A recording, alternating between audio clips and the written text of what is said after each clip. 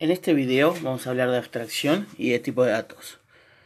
La abstracción consiste en captar las características esenciales de un objeto, así como su comportamiento. Es un método por el cual abstraemos una determinada entidad de la realidad, de sus características y funciones que desempeñan. Estos son representados por clases por medio de atributos y métodos de dicha clase. En programación el término refiere al énfasis en el qué hace más en el cómo lo hace. El común denominador de la evolución de los lenguajes de programación ha sido el nivel de abstracción que cada uno de ellos hace uso. Por ejemplo, en un auto tendríamos las características o los comportamientos como forma de abstracción. En las características serían la marca, el modelo, el número de chasis, el peso, las llantas, las puertas y las ventanas. Y como comportamiento tendríamos acelerar, frenar, retroceder. Un programa no es más que una descripción abstracta de un procedimiento o fenómeno que existe o sucede en el mundo real. La abstracción es crucial para entender este complejo mundo.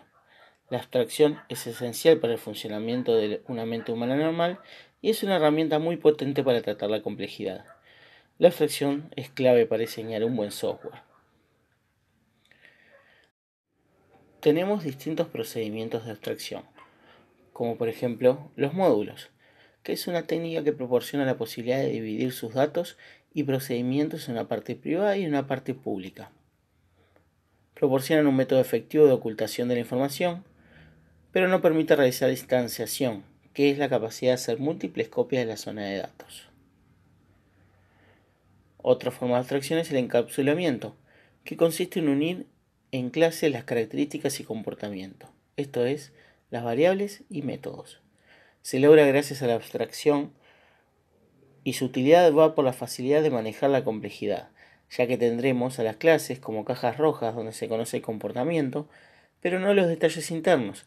Esto es conveniente porque nos interesará conocer lo que hace la clase, pero no necesariamente saber cómo lo hace. Tipos abstractos de datos son los tipos de datos definidos por el programador, que se pueden manipular similarmente a los tipos de datos definidos por el sistema. Un tipo de dato abstracto corresponde a un conjunto de valores legales de datos y un número de operaciones primitivas que se pueden realizar sobre valores. Para construir un tipo de datos se debe, primero, exponer la definición del tipo. Segundo, hacer disponible un conjunto de operaciones. Tercero, proteger los datos asociados con el tipo. Y cuarto, permitir instancias múltiples del tipo. Tipos de datos. Entendemos como tipos de datos al conjunto de valores que puede tomar una variable durante la ejecución de un programa. Las variables dentro de un programa deben siempre coincidir con el tipo de datos que representan. En otras palabras, si en una variable va a almacenar un valor numérico, no se podrán almacenar en él cadenas de texto. De lo dicho anteriormente, se tiene la necesidad de definir todas las variables adecuadamente, es decir, marcando claramente el tipo de dato que se utilizará, así como el nombre descriptivo de lo que almacenará la variable. El término variable hace referencia a un espacio asignado aleatoriamente en la RAM. Este mismo espacio es donde se almacenan los tipos que se introduzcan. ¿Cuáles son los tipos de datos más usados en el lenguaje de programación? Básicamente existen tres tipos de datos. Ellos son los datos numéricos, los de texto, los lógicos o booleanos. Ahora, veamos los tipos de datos en forma más detallada. Estos están referidos al lenguaje Java.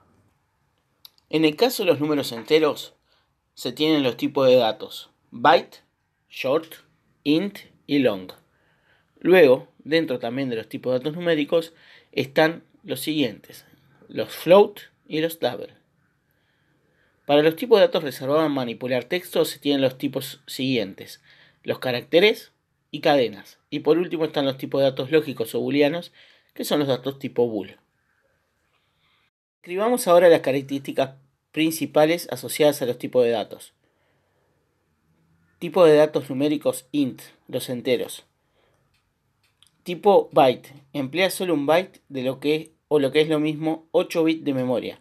Este tipo de dato permite almacenar valores numéricos comprendidos entre menos 128 y 127. El tipo long, este es un tipo entero con mayor tamaño, ya que utiliza 64 bits de memoria. Los tipos de datos numéricos float o flotantes, esto puede representar números muy grandes o bien muy pequeños, acompañados siempre de su correspondiente punto decimal. El tipo float se lo conoce también como tipo de precisión simple y emplea un total de 32 bits de memoria. El tipo double utiliza 64 bits de memoria y puede representar valores numéricos de mayor rango. Tenemos el tipo de dato lógico o booleano, que es un tipo de dato que solo trabaja con valores lógicos true o false, o en español, verdadero o falso. También este tipo de datos puede ser el resultado de la evaluación de operaciones lógicas o estructura de decisión. El tipo de dato char, este es el tipo de dato que guarda cualquier tipo de carácter. No guarda cadena de texto, sino el valor de los caracteres en sí. El tipo de dato string es el tipo de dato reservado a guardar cadenas de texto plano. Después podemos separar los tipos de datos en estáticos o dinámicos. El tipo de dato estático son aquellos donde el tamaño ocupado en memoria se define antes que el programa se ejecute y no pueden modificarse en la ejecución. Su principal característica es que ocupan solo una casilla de memoria. Por lo tanto, una variable simplemente hace referencia a un único valor a la vez. Dentro de este grupo se encuentran los enteros, los reales, los caracteres y los booleans.